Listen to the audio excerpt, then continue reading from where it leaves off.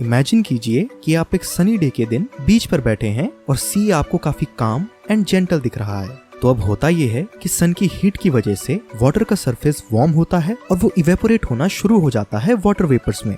Water vapours basically tiny water droplets होती हैं जो कि एयर में फ्लोट करती हैं। इस प्रोसेस को इवेपोरेशन कहते हैं।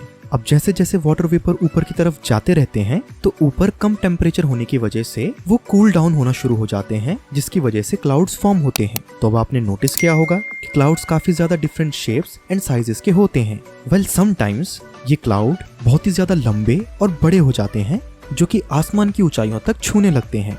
इन क्लाउड्स को क्यूमुलोनिम्बस क्लाउड्स कहते हैं। अब यहाँ पर चीजें इंटरेस्टिंग होना शुरू हो जाती हैं। अगर कंडीशन सही है तो ये क्यूमुलोनिम्बस क्लाउड्स स्वेल करना शुरू कर देते हैं, यानी कि घूमना शुरू कर देते हैं। ये स्वेलिंग मोशन विंड की वजह से होता है। विंड बेसिकली एयर का वो मूवमेंट होता है जो अलग अलग डायरेक्शन से ब्लो होता है। इक्वेटर के आसपास कुछ जगहों पर विंड्स यूजुअली वार्म होती है, जिसकी वजह से कोल्ड विंड के साथ टकराने की वजह से एक सर्कुलर वे में ये मूव करने लगती हैं। अब इस सर्कुलर विंड पैटर्न को हम साइक्लोन कहते हैं। ये एक जायंट स्पिनिंग टॉप होता है जो कि एयर एंड क्लाउड से बना हुआ होता है। ये दिखने में जितना सुंदर लगता है उससे कई ज्यादा खतरनाक होता है। तो अगर आपको कभी भी साइक्लोन दिखता है, जिसको कि कई सारी भाषाओं में टाइफून या हरिकेन भी बोलते हैं, तो आपको वहां से तुरंत भाग जाना है या कोई शेल्टर ढूंढना है जिसकी वजह से आप इस साइक्लोन से बच सको। तो अब सवाल ये आता है कि आखिर साइक्लोन फॉर्म कैसे होते हैं। वेल, जब वार्म एयर ओशन से उठती है और एटमॉस्फेयर के कूल एयर के साथ मिलती है तो ये आपस में घूमना शुरू कर देती हैं, जिसकी वजह से एक स्वेलिंग मोशन क्रिएट होता है। और ये स्वेलिंग मोशन एक लो प्रेशर एरिया साइक्लोन के सेंटर में क्रिएट करता है। इसको आप एक वैक्यूम की तरह समझ सकते हैं जो कि एयर को हर तरफ से सक करता है। अब जितनी ज्यादा वार्म एयर ओशन से उठती है और इस लो प्रेशर एरिया में सक होती जाती है तो उतना ही ज्यादा स्ट्रॉन्ग एंड बिगर साइक्लोन बनता रहता है। ये swelling winds incredible speeds achieve कर सकती हैं। कई बार तो 100 माइल्स पर आवर की स्पीड से भी ज्यादा तेज हो सकती हैं।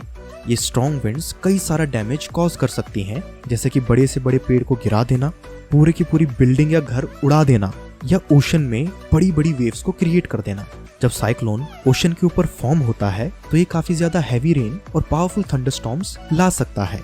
अब ये जो strong winds and heavy rain का कॉम्बिनेशन है वो फ्लडिंग और लैंडस्लाइड्स को न्योता देता है, जो कि काफी ज्यादा डेंजरस हो सकता है। साइंटिस्ट स्पेशल इंस्ट्रूमेंट्स का यूज करते हैं, जैसे कि सैटेलाइट्स और वेदर रेडार्स, ताकि वो साइक्लोन्स को ट्रैक कर सकें और प्रिडिक्ट कर सकें कि वो आखिर कहां जाएंगे। इस तरह से लोगों को प्रिपेयर किया जा सकता है ताकि वो नेसेसरी प्रिकॉशंस ले सकें और बड़ी हानि से बच सकें। So to sum it up, cyclones form होते हैं जब गर्म हवा ओशन से ऊपर उठती है और एटमॉस्फेयर की ठंडी हवा के साथ मिलती है। इसकी वजह से एक स्वेलिंग मोशन होता है जो कि सेंटर में लो प्रेशर एरिया क्रिएट करता है, जिसकी वजह से ज्यादा एयर इस लो प्रेशर एरिया के थ्रू ये साइक्लोन सक करता है और काफी ज्यादा स्ट्रॉन्ग और बड़ा बनता है। ये काफी हैवी रेन ला सकते हैं, थंडरस्टॉर्म्स ला सकते हैं, जो कि काफी ज्यादा डेंजरस साबित हो सकते हैं।